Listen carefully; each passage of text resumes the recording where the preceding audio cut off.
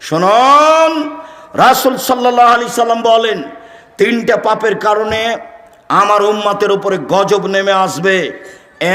এক, যখন তারা নেশাদার দ্রব্য পান করবে। দুই, মেয়েরা যখন নাচবে। তিন, যখন বাদ্যযন্ত্র প্রকাশ পাবে। সব দোকানে বাজনা বাজে, সব মোবাইলে বাজনা বাজে।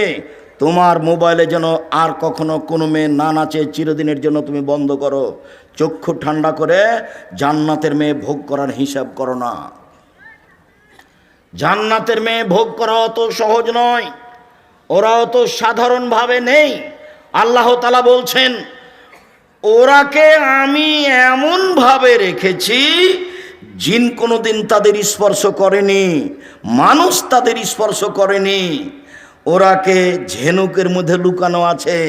যখন তাদেরকে বের করা হবে তখন মনে হবে যে এরা ঝিনুকের মধ্যে লুকানো মুক্তা।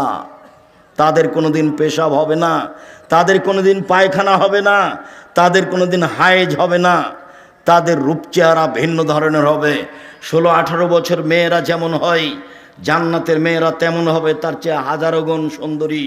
চক্ষু হবে টানা টানা, লম্বা লম্বা, আর মাথার চুল হবে কঁকড়া কঁকড়া।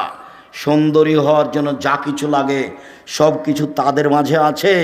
জান্নাতের মেয়ে ভোগ করতে হলে এই চক্ষু দিয়ে এইসব কিছু ভোগ করে জান্নাতের মেয়ে ভোগ করা যাবে না, ভুল হিসাব।